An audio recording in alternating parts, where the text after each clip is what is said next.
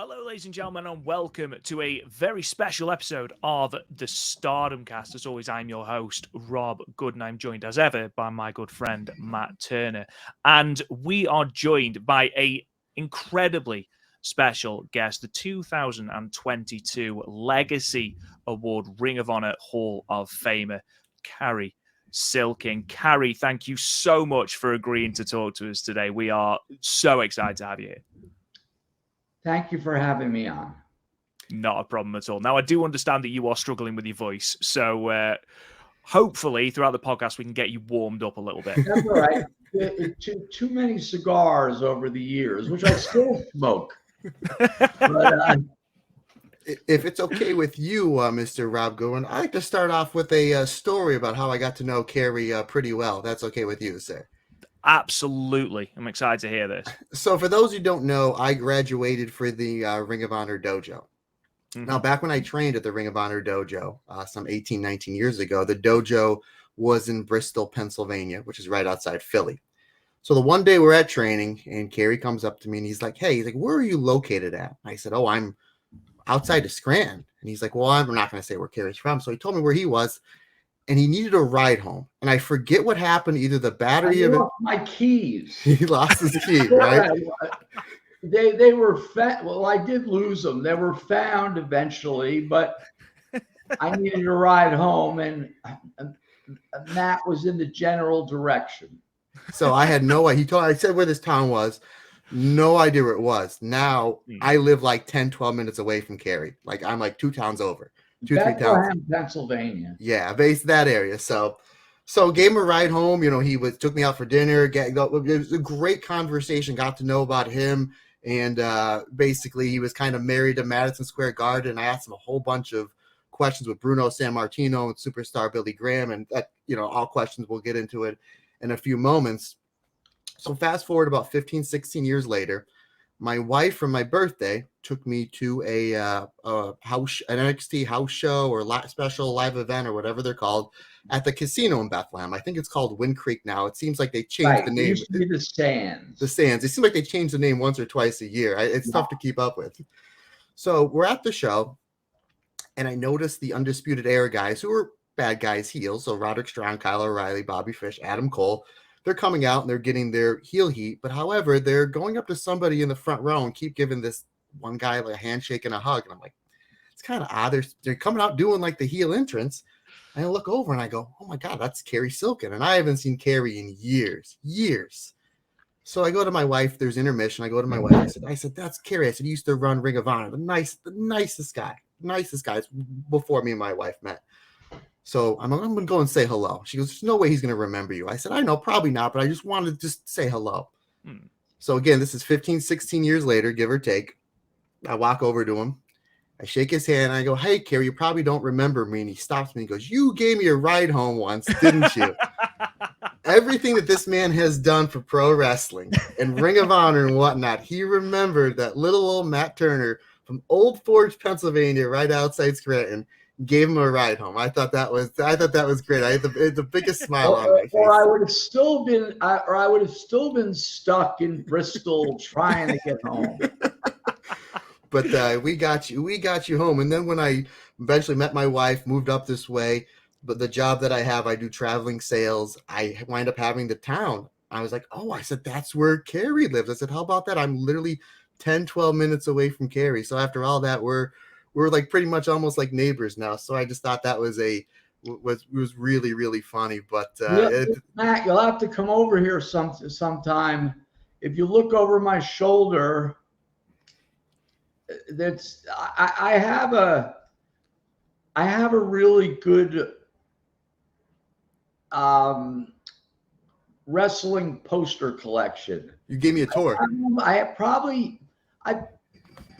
I've given away like 100 of them, but I still have a couple hundred posters that are essentially from the 60s, 70s, and 80s. They stopped making them, in the 80s. But it used to be a staple of wrestling advertising.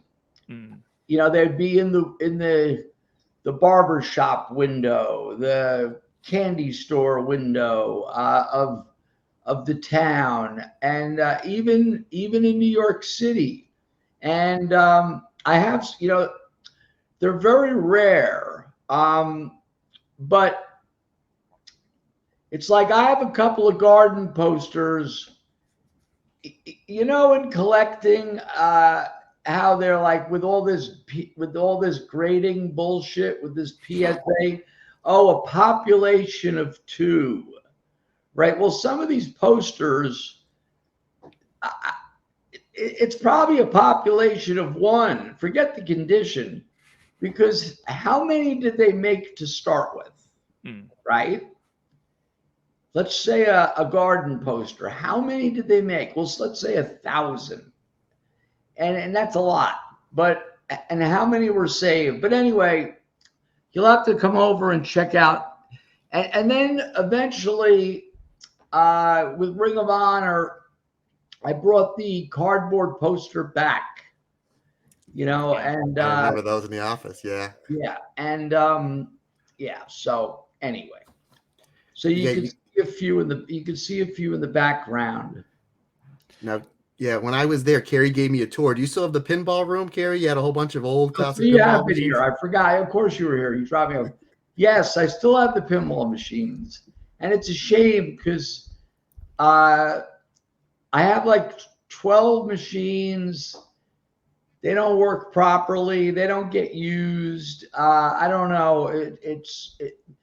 Pinball machines from the 60s, 70s, and 80s should be worth a lot more than they are. But the reason they're not is because they're very hard to fix, and there's not a demand for them.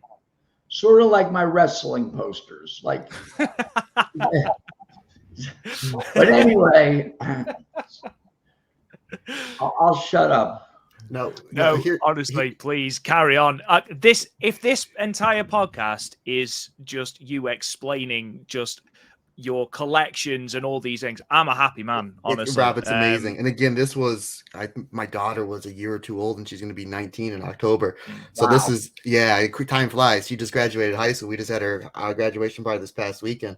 You remember me bringing her to shows, literally, diaper bag and all, but so I remember the pinball room. I remember that. And I remember this, and both you guys are probably everybody listening is probably be mad at me. And Rob, you know how much of a giant collector I am of everything.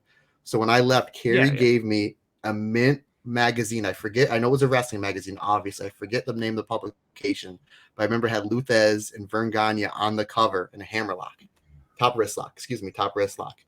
And I wind up moving something like 3 times in 4 or 5 years, and I lost it in the move.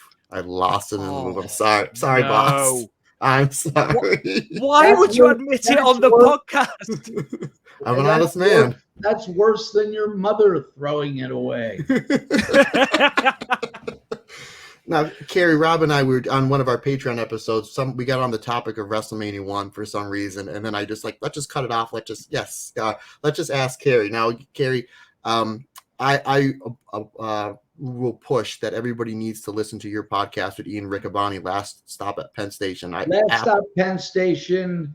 It sits out there in the podcast universe on all these various platforms. Not only is it about my Ring of Honor and about my time with Ring of Honor and pro wrestling, but it's a wide open, naked expo, seriously, of my life and my my adventures and my misadventures. And so if anybody likes stories of the bizarre, if anybody likes hearing about what New York City was like in the 70s and 80s, and there's plenty of and the Ring of Honor stuff and my other wrestling stuff, it's all there. Last Stop Penn Station. There is an episode dedicated to WrestleMania 1 because of the bizarre nature that I got to see it. That's what we're going to bring up. I going to ask. I remember on that car trip home, you were telling me about your times in Madison Square Garden with Bruno Sammartino, Superstar Billy Graham. So you were at WrestleMania 1, correct, Cary? I was at WrestleMania 1, and I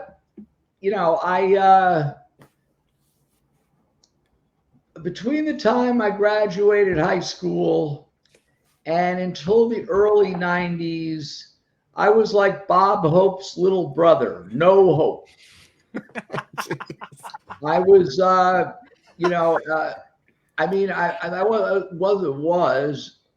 I'm a lifetime addict. And those years that I just mentioned, my drugs of choice were, besides everything, was predominantly alcohol and cocaine. And, recently they just had that giant Powerball thing this week with, I don't know, some record payout. Yeah. Well, me becoming successful, based on the way I lived, it was like hitting the Powerball, because I should have been dead a million times because of my excess. But the WrestleMania story,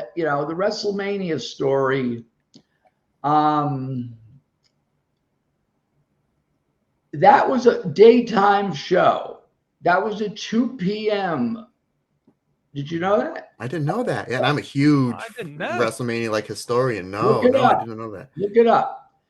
And so I had a friend, my friend Harry, who was a wrestling fan, and he was a fellow partier, drug user, and we wanted to go. And we were both, he had an apartment in Hoboken, which is right across from Manhattan. You get on the train, the PATH train, in 14 minutes, you're at 33rd Street by where the Garden is. Or you get on the bus, you're right in the city. Anyway, Harry and I wanted to go. We didn't have any tickets. And the other problem was, between the two of us, we had about $50. So I said, look, let's just go over. And I knew some tricks. And what year was this? 84? 85. Right. Well, I had dabbled with some ticket scalping things, which eventually I did full time, which is there's some great, phenomenal episodes of Last Stop Penn Station about my ticket scalping misadventures and these characters.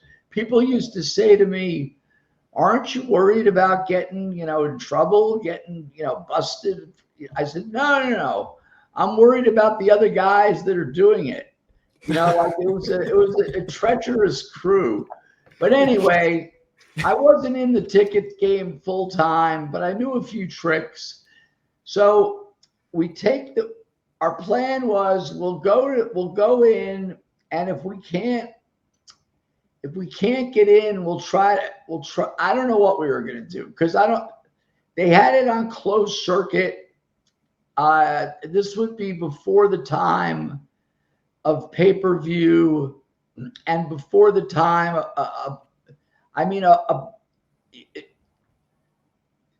they had it on closed circuit at theaters around the country.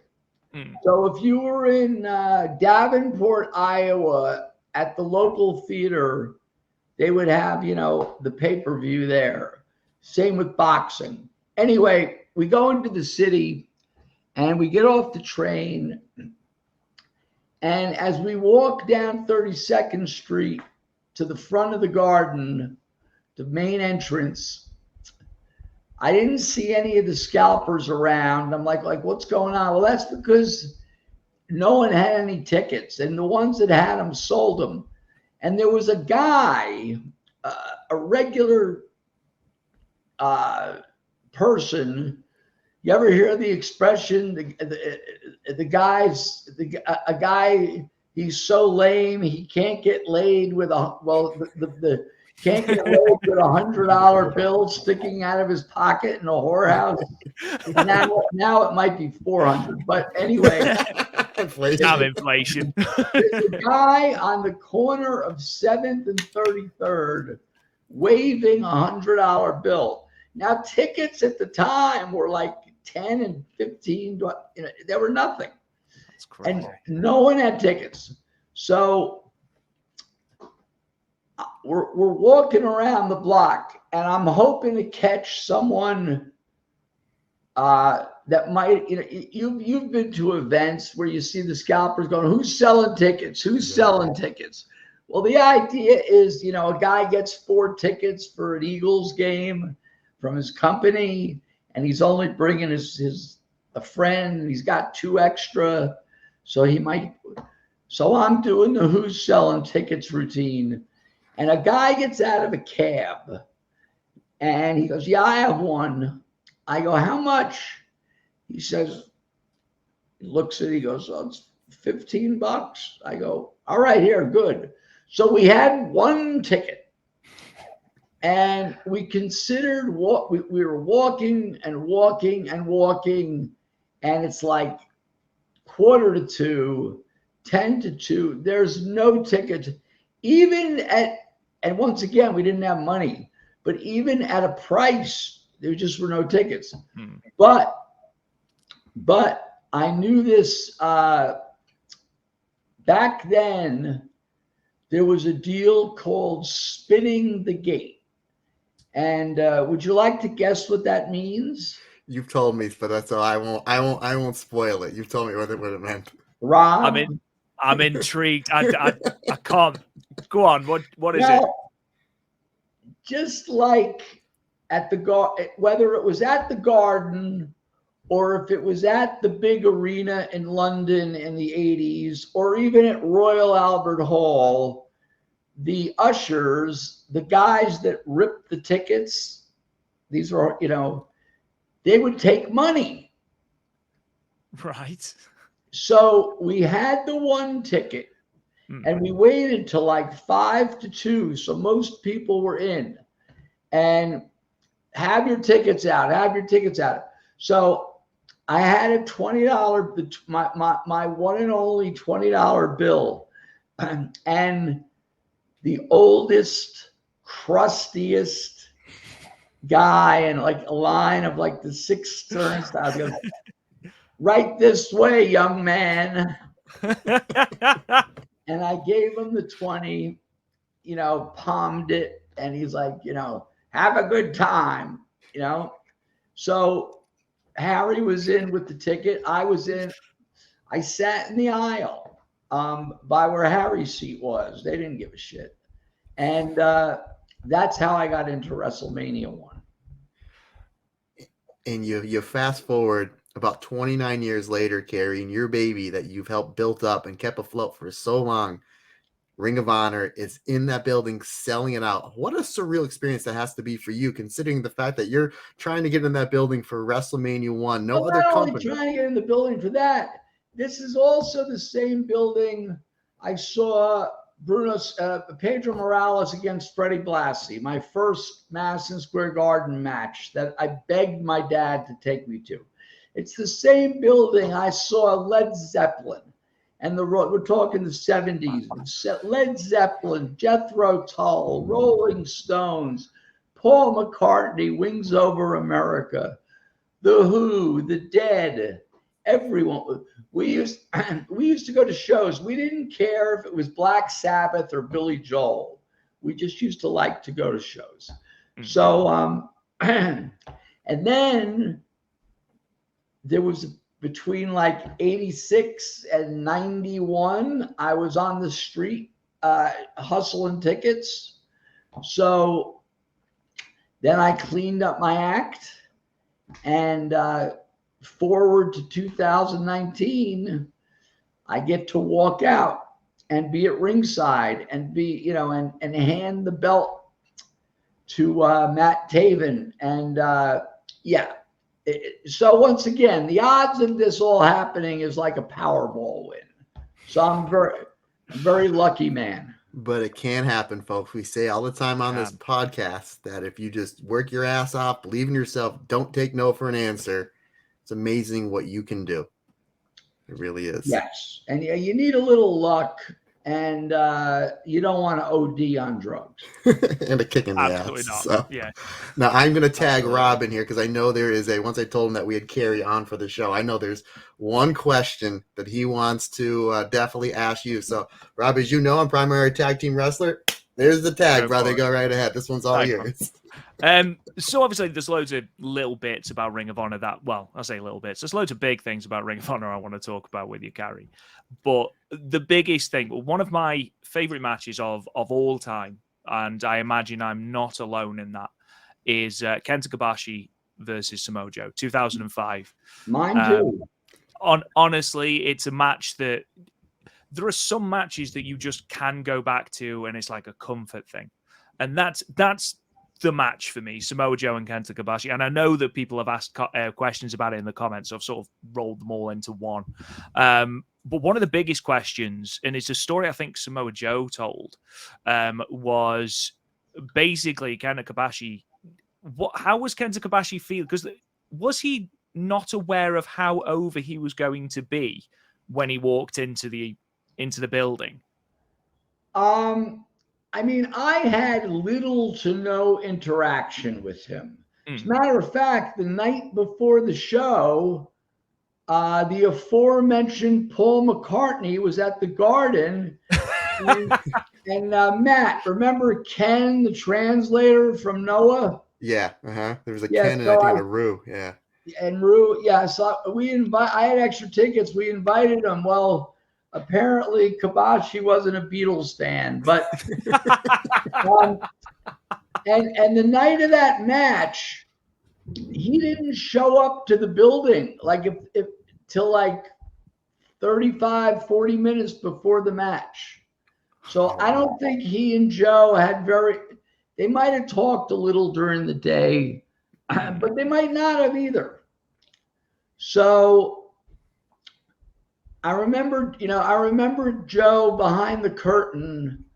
He was sitting there by himself from the opening match, and I wasn't like really close with him, but we were friendly, and I was the boss. I go, "You all right, man?" He goes, "Yeah." And he just sat there, just getting in the zone. And I mean, that was a match that had the big fight feel, like Ali Frazier. The first Ali Frazier match, or there's other examples, but that's the best example I could just pull out. And it was just special, and it lived up to it. It really did. And as far as did Kobashi know, I don't know. But yeah, that was very special.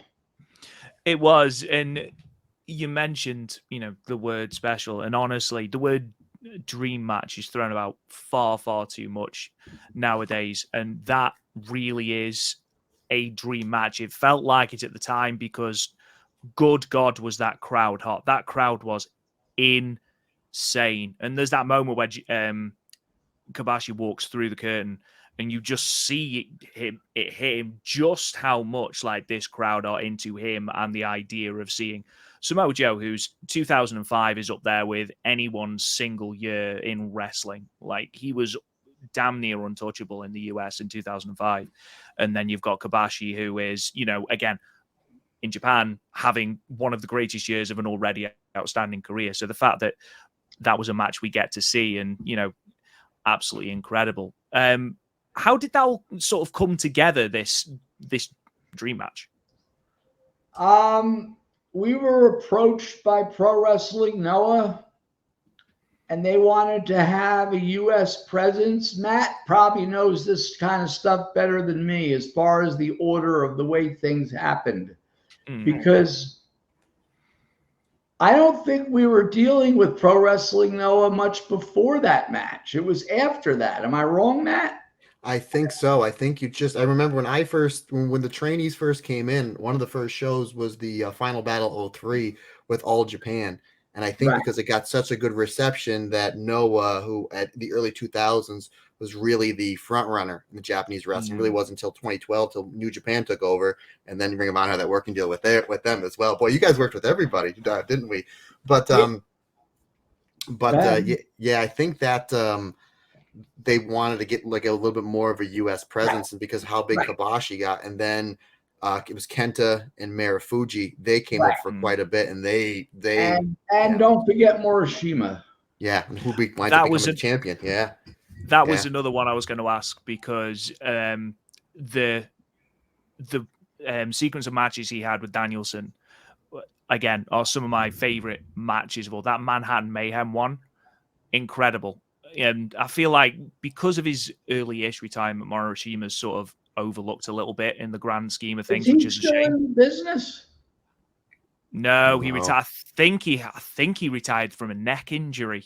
I think he was like quite early as well. I'm sure it was like 2011 or something. Yeah, almost 10 years ago, or probably more than 10 years ago. Yeah. Well, the guys from Pro Wrestling Noah, the management, they were wonderful, and it was very expensive to have them come over with the visas, and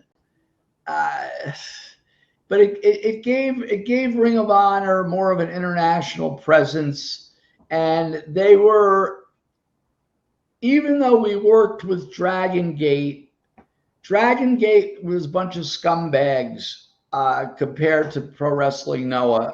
I mean, they just the Pro Wrestling Noah guys were very honorable, and they had us come to Tokyo twice, once in 2007 and once in 2008.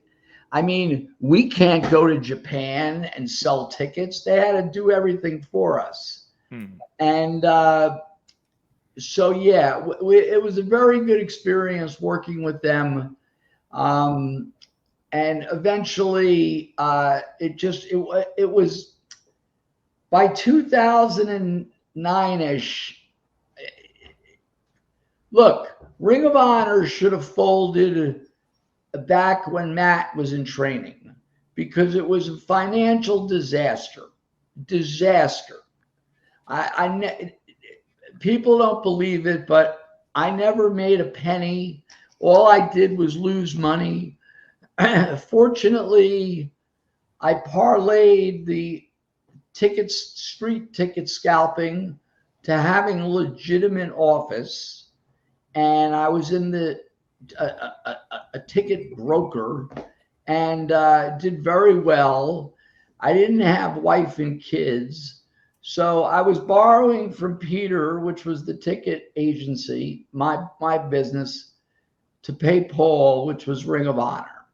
So even a child with rudimentary mathematic knowledge would have told me in 2006, you should close this thing. You just keep losing money. And I should have, but due to my ego, due to my passion, I knew we had a good thing, and I knew we were never gonna, challenge WWE, but I kept it alive.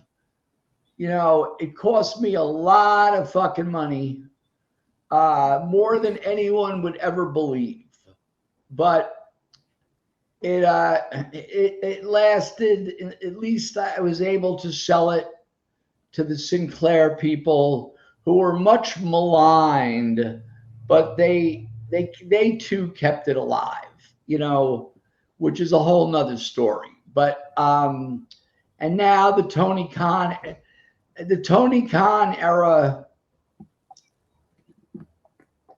I don't really think, I don't know. I know, oh, well, it's because you used to only Cary. I don't think anyone really cares about Ring of Honor that much anymore. I'm sorry.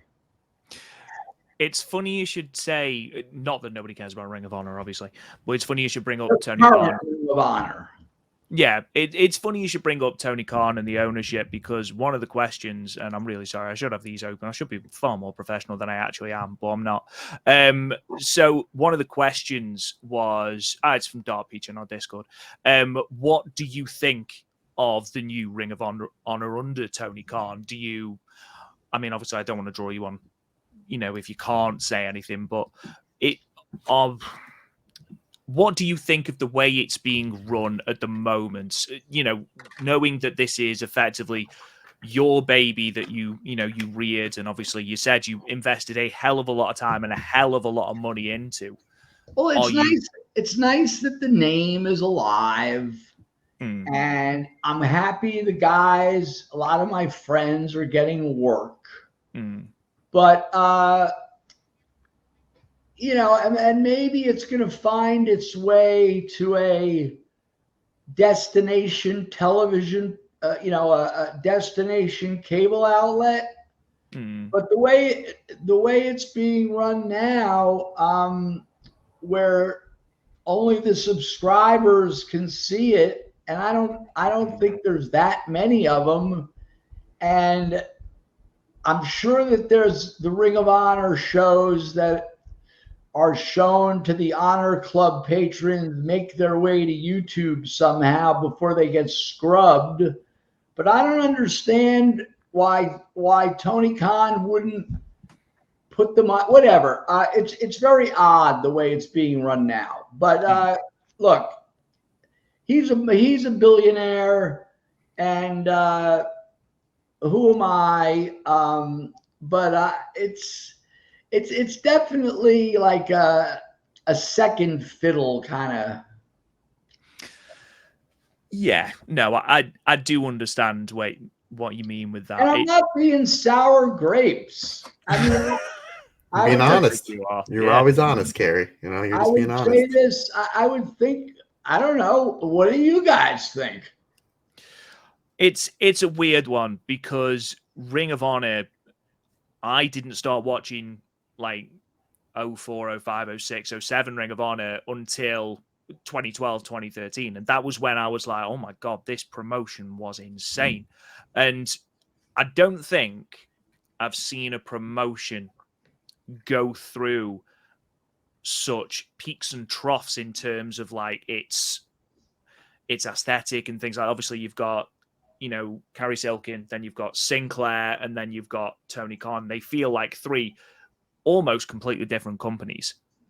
At the moment, like you say, until Ring of Honor is available to be seen by everyone, then it's effectively, again, this is just my opinion, it's effectively a farming ground for AEW talent, and it just feels a bit like a developmental territory for AEW at the moment, which is a shame when you think about how pioneering Ring of Honor was, and you look at the names that have come out. There's Bryan Danielson, Samoa Joe, AJ. I know that, obviously there's TNA and stuff, but, all these huge names, Nigel McGuinness, all these huge names, Matt Turner.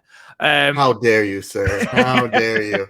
Maybe CM Punk. I forgot about that name, but I appreciate it. Exactly. But the argument would be that it gets some exposure on the TBS, whatever, on their three shows. There'll suddenly be a Ring of Honor title match, but as a full entity, it's just very different. Yeah, no, I get that. And if you don't, my thing is, I'm sorry, Rob, I'm going to cut you off. Please, I mean, obviously, anytime you mention Ring of Honor, ROH, it's very near and dear to my heart, as I'm sure Cary's as well. But I just don't see why you can't get at least an hour of TV time, or at least put it up on YouTube to make it for free. Stream it on YouTube for free to get a little bit more exposure, and then maybe do the pay-per-views on Honor Club for the $10, like how it was. But now if you want to watch the pay-per-views, they're $40, $45. I mean, it's like if you want to do the Death Before Dishonors, the final battle, the anniversary show, so on and so forth, you can put on Honor Club or on Fight how they had it for, you know, the $9.99 or whatever. So again, that's just my opinion on it. Again, what do I know? Well, it is what it is. Once again, it still exists. And what else can you say? I mean, that's got to be a source of huge pride for yourself. Lovely, great stuff. That's got to be a great source of pride for you. Like you said, you know, it could, and in your words, probably should have folded, you know, a couple of times in the lead up to the sale to Sinclair. And yet, you know, I should have pulled the plug on it. You know, I mean, the numbers were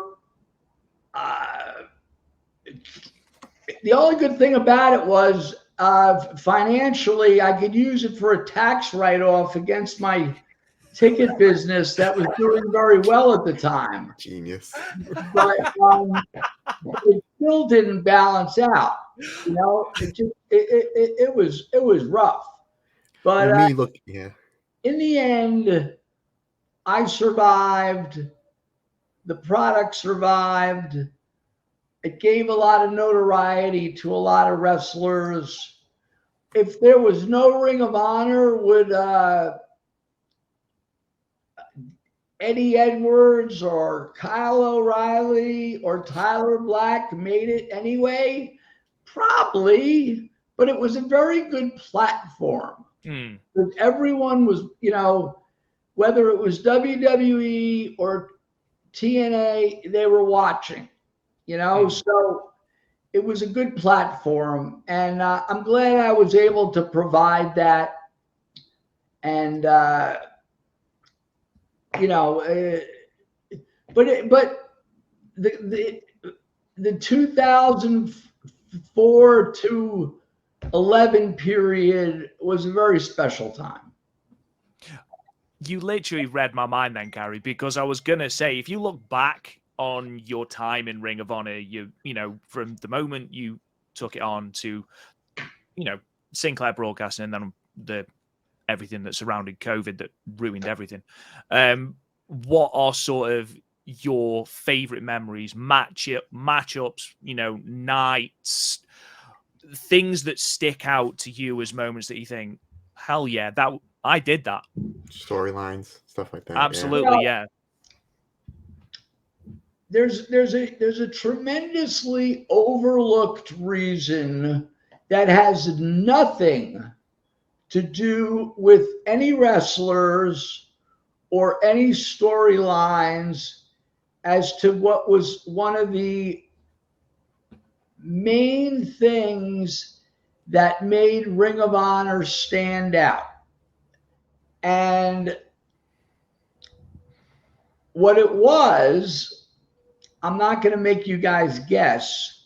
What it was me with a background, a rudimentary background in stage lighting and a rock and roll guy bringing in lighting and pipe and drape and entranceways and making it look like an event.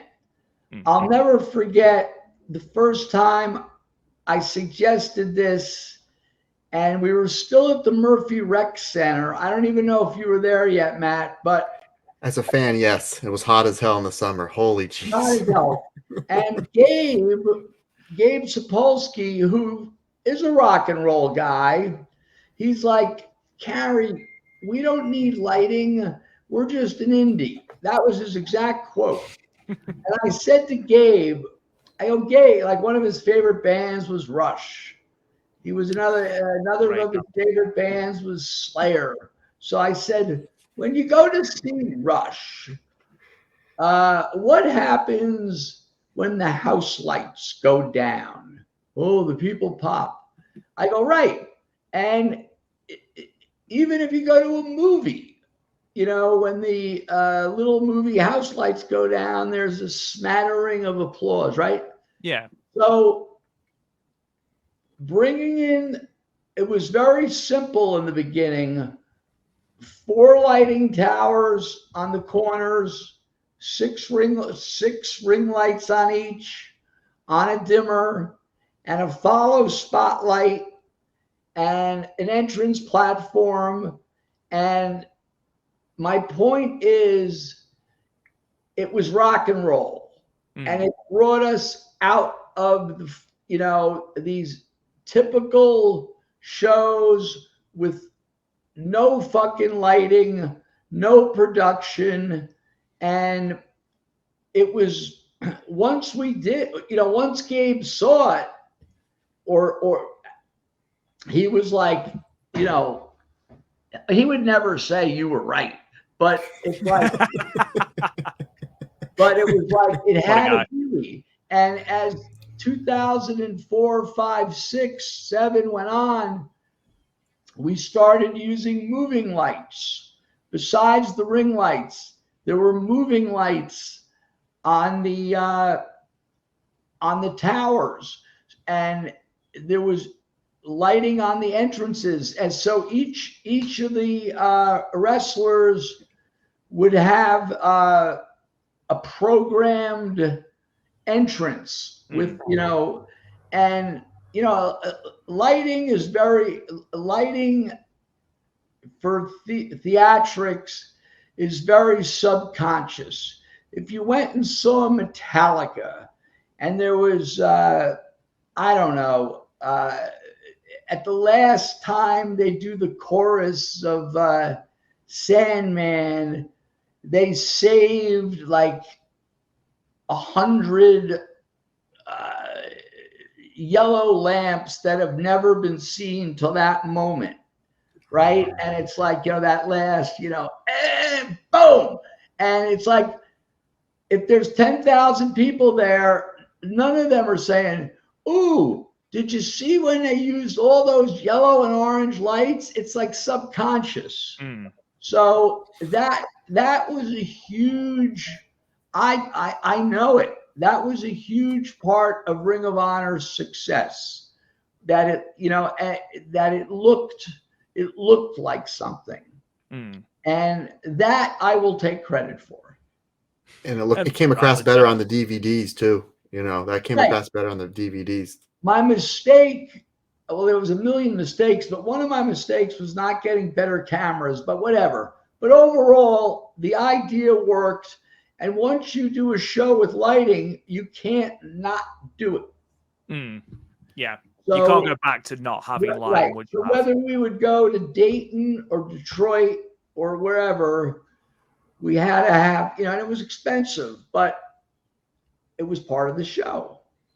And heavy as part of the ring crew, especially that rampway, that steel rampway carry. Holy jeez.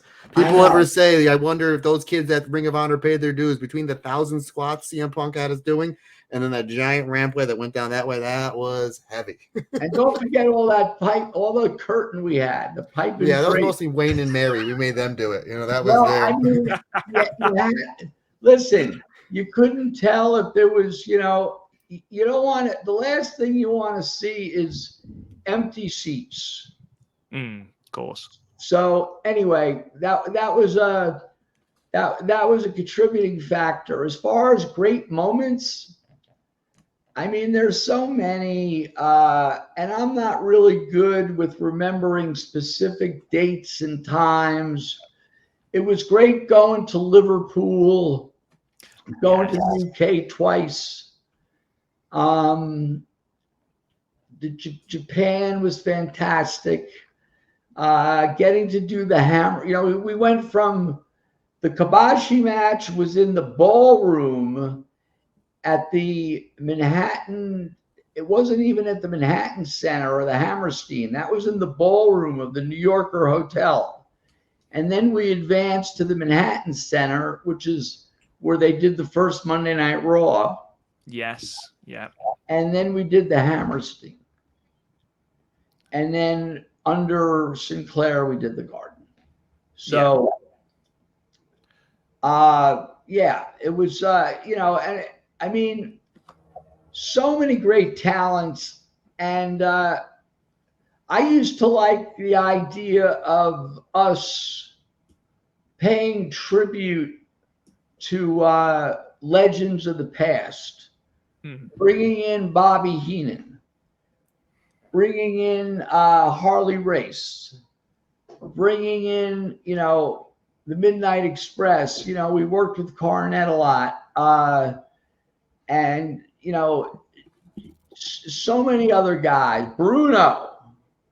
Were you there, Matt? Were you there for Bruno in 2000? I wasn't there for Bruno. I was there for Heenan. I was there for a lot of Cornette. Cornette was amazing. After we had our first match, which was the Carnage Crew just beating the crap out of me, the same day my daughter was born, beating the crap out of me, taking the top row pile driver as my dad for about 8 hours. As soon as I was carried out of the curtain, because I was selling the top row pile driver, the first people to greet me was Cornette, Eaton, Lane, and Dennis Condrey, which I thought was great. But Ricky Steamboat as well. I mean, we've talked about Foley. Yeah, Foley. All those guys were just great. Dusty.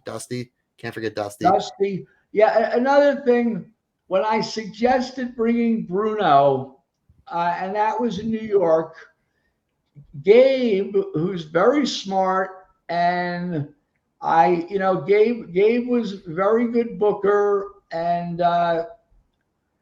for the period of time. But he was like, Cary, I know Bruno's your childhood hero, but our fans don't care about him. And I'm like, dude. And Gabe's a baseball fan. I go, do you think the young kids care about Babe Ruth now? Well, I go, so we had Bruno, and it was a success. And his one of the few times I didn't lose money, his fee, we sold enough autographs to cover his fee essentially. So, but yeah, I used to like bringing in these legends, and getting to see all these guys from day one, whether it was Tyler Black or Davey Richards and Eddie Edwards and stupid Austin Aries and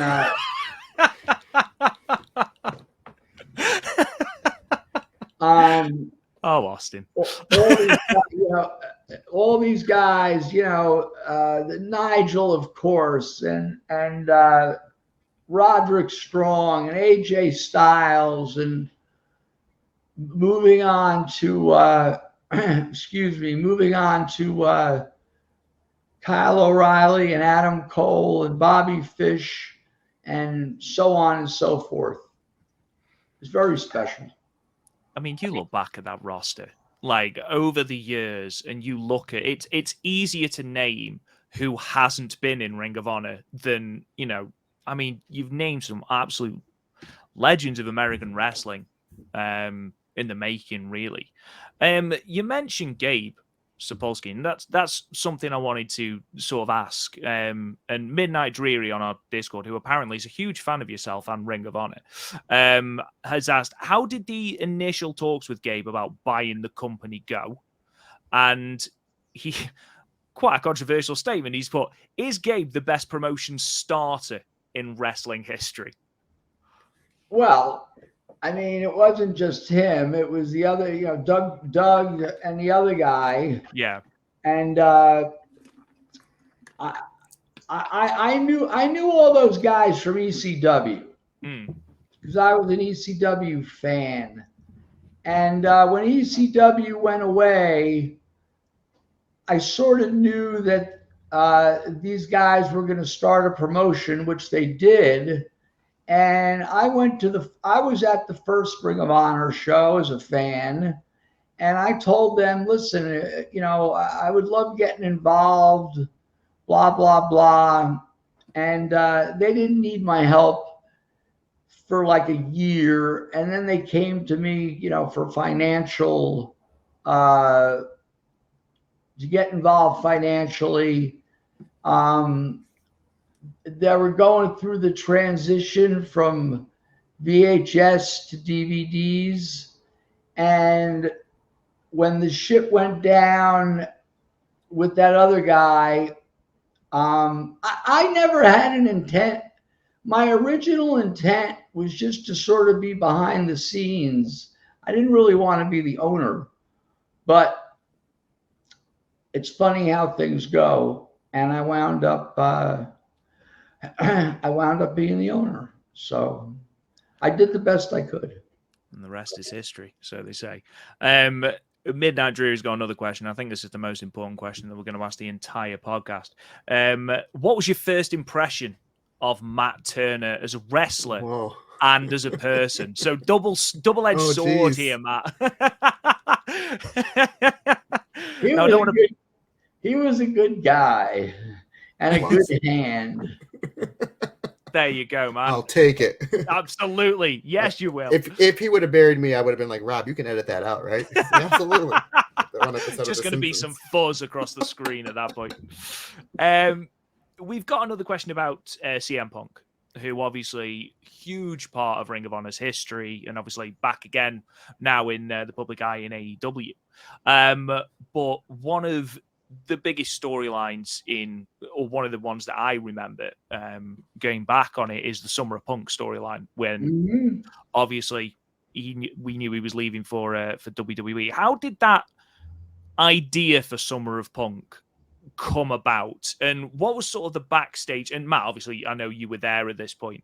What was sort of the backstage reaction to all of this? That comes courtesy of, and I can never say this guy's name, May Sammer's number one soldier. Don't know what that means, but there we are. Well, nobody knew. It was one of the few times, like WWE gave him a grace period of like 6 or 8 weeks, I forget. So everybody thought that he was leaving imminently. And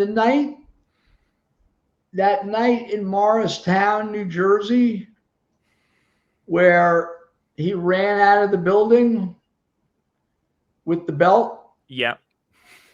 Well, I met him in the parking lot. Nobody knew this. And myself and Punk, it was the same weekend that the Yankees and the Chicago Cubs were playing at Yankee Stadium for the first time in like 70 years or something. So he being a Cubs fan, we got out of there. We drove to the city. We stayed overnight in Manhattan and went to Yankee Stadium the next day. And nobody knew. No one was smart except for Gabe and Sid and myself. Nobody else was smartened up. And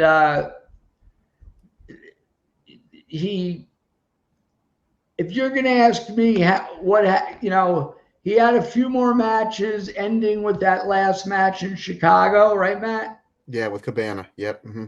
Right. And yeah, that was pretty cool. The entire run was like that sort of swan song. His swan song in Ring of Honor was so perfectly booked. It really was. And that enduring moment of him kneeling in the middle of the ring as all those streamers come, it's perfection. It really is. Was it your idea to have him sign his WWE contract after dropping the belt to Aries? No, right, okay. I just wanted to ask. That was a question we were asked. I just wanted to sort of put that in because obviously we were talking about. Listen, as far as the booking of Ring of Honor, I always looked at myself as a producer. What is like you see a movie produced by whomever, Martin Scorsese, right? Whatever.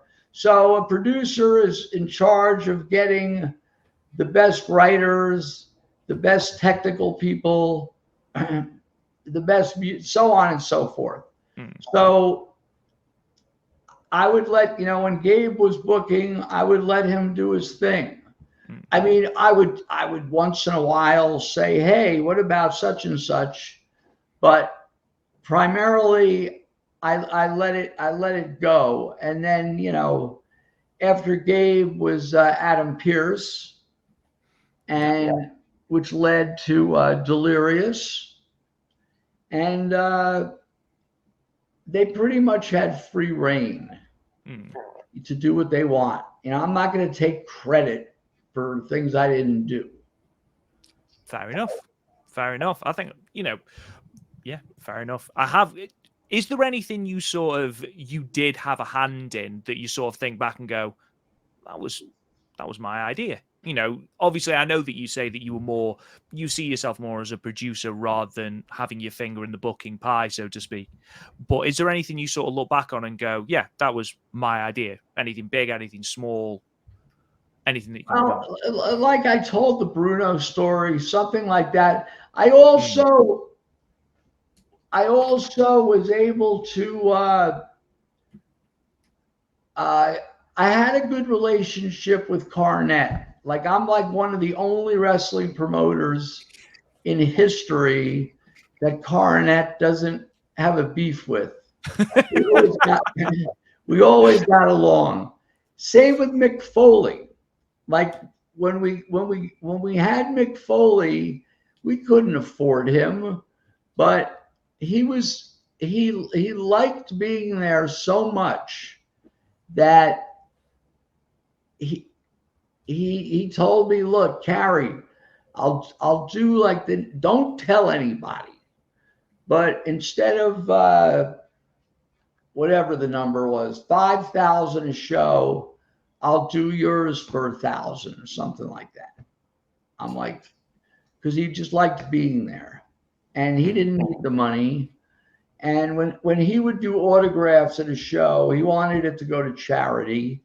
And so my rapport with a lot of these guys was my strong point. Yeah. Including the wrestlers. And one thing too, Cary used to do, for those who don't know, is when you would come in to either buy your tickets or at the door, Cary would greet you. Like thanks for coming. That you don't see like Vince McMahon doing that, or Dixie Carter, or Rossi Ogawa. You don't see any of that, but Cary, and he really meant it from like, thanks for coming, and you build that rapport with your audience. Not only is the show great, but here's Cary, who owns the whole thing, is thanking whether it's 400, 500, 600 people on their way in. Oh, and they all were smelly and sweaty. Wrestling fans, Cary, and like come on, 300-pound stinky guys wanting to hug me. But yeah, I would do that, and I think it was important. That whole period of Ring of Honor was like, we're all in this together. Not just the wrestlers. If you were a fan, you were like, you were part of the club. And it had its own charm in that way. Yeah. And this was something that obviously I mentioned earlier about there being a very different sort of feel to Ring of Honor in the earlier days and then sort of Ring of Honor under Sinclair. Obviously you weren't the owner anymore, but you were still involved in the promotion.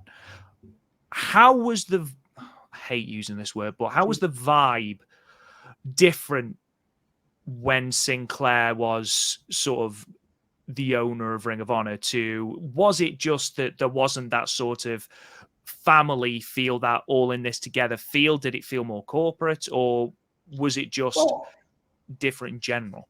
It was different. It was more corporate because it is corporate. Yeah. But Joe Koff, who I still talk to, he knew that you don't want to throw Cary to the curb, and I was like the ROH ambassador. And so listen, I paid for that privilege. You know, so between 2012 and 2020, whenever I would go to these shows, I was like, listen, I was like the family dog at Thanksgiving. Everybody would pet you. They would shove food at you. They would thank you. And then guess what? I would get to leave, and it didn't cost me a dime. But I did pay for that to get that privilege. And Tony Khan, it's not the same. And I'm not blaming Tony Khan, you know, because I'm not really interested in schlepping around to these various Ring of Honor events anymore. So, but it would be nice to be welcomed. And I mean, I went to Trenton recently, but I didn't even stay for the show. That's really quite sad. I mean, like, it's just so different. Is that why? Just because it is so different? Well, yeah. I mean, when there was the transition between Sinclair and Tony Khan, the first show in Texas, the Supercard of Honor show, I was still the ambassador, and FTR, those guys made it. I'd met them previously, and they were telling me, you know, you shook our hands when, you know, separately. When I went to a show in wherever we were, and, you know, we want you to give us the belts tonight. That was April 2022. And after that night, I was sort of cast aside. But it's okay. It's okay. Nothing stays the same forever. Yeah, I guess I just always was a huge fan whenever Cary would, whether it was under the Gabe era or who, you know, whatever, the Sinclair era, that whenever there was a title change, Cary would come in, and I just like the prestige of that. You know, the streamers, the tradition of pro wrestling, you know, making it as real as humanly possible. And I always thought that was one great thing of Ring of Honor, is that he would always award the belt to whoever, you know, came out of the big main event match. Well, the last time I got to do that was with FTR against the Briscoes. Yeah. Hell of a way to go out, though, boss. I'll tell you that. That's the end. Hell of a way to go out. What's the bloody match that was? I mean, top on the top. So, listen, I had a good run, and hopefully it'll be remembered positively in the annals of pro wrestling history. I can't see any way that it wouldn't do, Cary, if I'm perfectly honest. Wrestling's got a lot to thank you for. Literally just a couple more questions, and then we'll let you get off. First one, how did the Ring of Honor Hall of Fame induction come about? Congratulations, by the way. 100% deserved.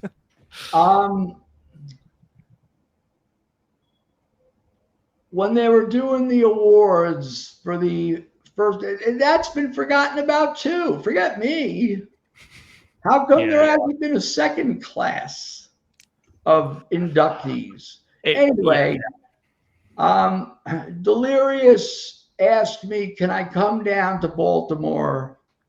We're doing this presentation. You know, it wasn't a live event, and I had a feeling, you know, they might do something nice for me. And but I wasn't sure. And I went down, and it was very nice of them. And so that's what happened, you know. And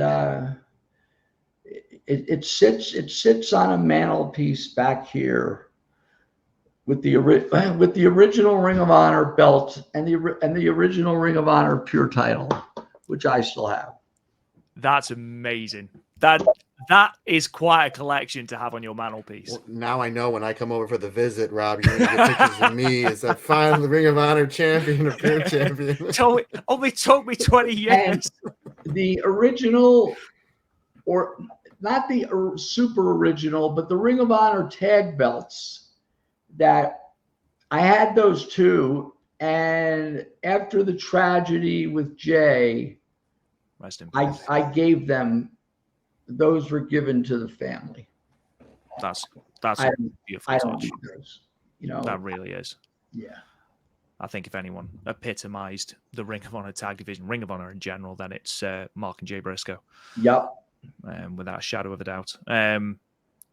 Final question from me, anyway. Matt might. I have a fun one. It's gonna be a rock and roll one, Cary. You'll enjoy this. But go ahead, Mr. Goodwin. my last question is obviously pro wrestling. Would you be interested, or have you any interest left in being a part of pro wrestling? Whether that being starting another promotion, whether that being, more involved in Ring of Honor, which I get the impression probably not in Ring of Honor at the moment. Would you be interested in involving yourself in pro wrestling, or are you happy sort of looking back and going, hell yeah, I had a damn good run with everything?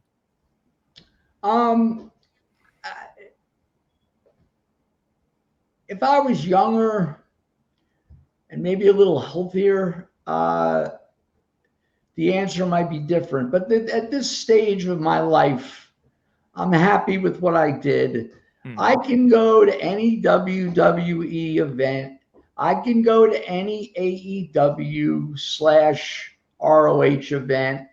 I can go to any, local yokel event, and it's like, oh, it's Cary, cool, and so I that's good enough for me at this stage. It really is. Yeah, fair enough. Matt, would you like to end on the fun question? And then absolutely. We'll sign off. Quick two-part question there, Cary. If we were to have a time machine, let's just say it's a DeLorean. Let's say this baby's full of plutonium. We have Doc Brown driving the seat. If you can go back to any concert that you've been to in your life, which one would be? And the second part, is there any rock band or rock act or any musical act that you've never seen before that if you could take this time machine and go and see it, that you would see? That's a good question. The part two is Queen. I knew he was gonna say that. I don't know how the fuck I missed it. I mean, I have a sense, I wasn't old enough to see Hendrix or the Doors or Janis Joplin. I'm one of the only people that saw all four Beatles because I was at the Elton John show in 1974 where John Lennon came on, the last time he ever appeared publicly. Wow. Excuse me. But yeah, I missed Queen and I missed Prince too. Prince, yeah. Wow. I don't know how I did that. As far as greatest concerts, everybody knows I'm a huge Jethro Tull mark.